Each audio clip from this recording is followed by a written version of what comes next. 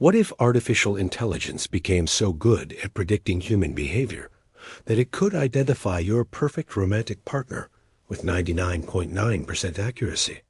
And what if society made it illegal to refuse AI's romantic matches? This isn't hypothetical science fiction. Companies are already developing AI systems that analyze dating patterns, personality types, and compatibility factors better than any human matchmaker ever could. Let me walk you through how this technology actually works. Right now, dating apps like Tinder and Bumble already use AI algorithms to match people based on swiping patterns, preferences, and behavioral data. But the next generation of AI matching goes much deeper. These systems analyze thousands of data points: your communication style, your social media activity, your music preferences, your shopping habits, your sleep patterns, even your pheromones through your phone's sensors. Dr. Sarah Chun at Stanford has developed an AI system that can predict relationship success with 94% accuracy just by analyzing how people interact on dating apps. Her algorithm looks at response times, word choices, emoji usage, and conversation flow patterns. It doesn't just match people who seem compatible. It identifies couples who will genuinely fall in love and stay together for life. But what happens when AI matching becomes mandatory? We're already seeing the beginning of this in China, where the government is using AI systems to create optimal matches for marriage. In some Chinese cities, people are legally required to consider AI-recommended partners before they can marry someone else. The thinking is that better matches lead to more stable families and fewer divorces. The psychological implications are staggering. If AI can predict your perfect partner, does that mean love is just an algorithm? Does it reduce the magic and mystery of romance to a mathematical equation? When algorithms determine who we fall in love with, are we still making free choices about our hearts? Consider Maria, a 28-year-old accountant who has been single for 3 years. She's tried dating apps, blind dates, and even a matchmaker. Nothing worked. Then she gets a notification from the National Dating Service. Your optimal life partner has been identified. Failure to accept may result in social penalties, including reduced credit scores and limited access to public services. The AI has matched her with David, a 30-year-old teacher who lives across town. They've never met, but the AI's analysis shows they have a 97.3% compatibility score. The technology behind this is already remarkably sophisticated. Companies like Match, Calm and eHarmony have been collecting dating data for over 2 decades. They've analyzed millions of relationships, marriages, and breakups. They know exactly what predicts long-term relationship success: shared values, complementary communication styles, similar life goals, and physical chemistry that can be measured through behavioral patterns. But here's where it gets really interesting. AI doesn't just analyze what you say you want in a partner. It analyzes what actually makes you happy. The AI notices that Maria feels most relaxed when David sends her messages at 9 p.m., when she answers fastest to questions about travel, when she smiles longest at photos of dogs. It notices that she responds positively to humor, but only to a specific type of humor.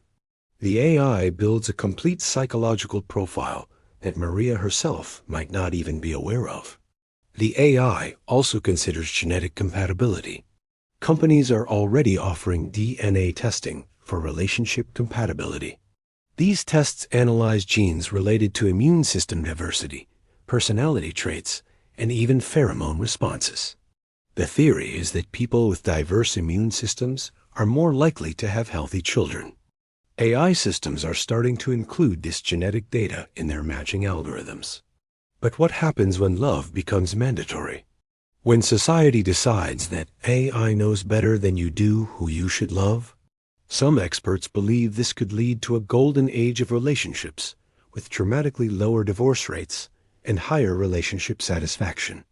Others fear it could destroy the very essence of human romance: the freedom to choose, the possibility of rejection, the beautiful unpredictability of falling for someone unexpected. Dr. James Wilson, a relationship psychologist at Harvard, argues that love is fundamentally about choice and commitment. When that choice is removed or heavily influenced by external factors, we risk losing the emotional depth that makes relationships meaningful. But Dr. Lisa Park from MIT counters that AI doesn't remove choice. It simply provides better information to make informed choices. We're still free to reject the AI's recommendations. The economic implications are enormous. Dating is a multi-billion-dollar industry. If AI matching becomes mandatory or highly recommended, traditional dating services could become obsolete. People might no longer spend money on dating apps, matchmakers, or even romantic dinners. Love becomes efficient and optimized, but is it still love? Consider the reverse scenario. What if you had complete control over AI matching? What if you could program the AI to find you someone with specific traits?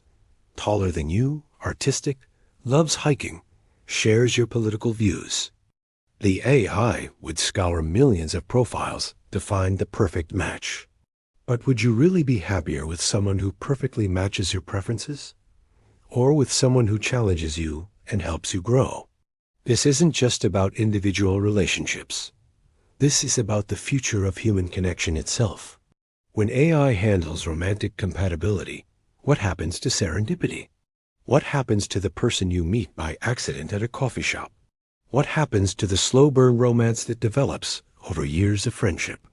AI matching prioritizes efficiency and compatibility, but human connection is often built on inefficiency and compatibility discovered over time. The privacy concerns are also massive. AI matching requires access to incredibly personal data. Your psychological profile, your sexual preferences, your relationship history, your genetic information, even your social media activity. Who has access to this data? Could it be used for other purposes? Could governments or corporations manipulate who falls in love with whom for their own purposes? Some countries are already experimenting with AI-assisted relationships. Denmark offers AI matching as part of their public health services. Singapore has created AI-powered dating programs for government employees.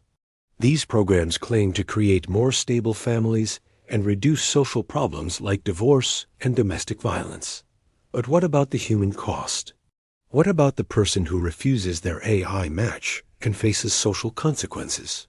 What about the couple who meets organically, but the AI predicts they won't last, so society discourages their relationship? What about the creative, spontaneous, chaotic nature of human love being reduced to data points and algorithms? Perhaps the most important question is this. If AI can predict your perfect partner with 99.9% accuracy, does that mean love is predetermined? Is free will just an illusion?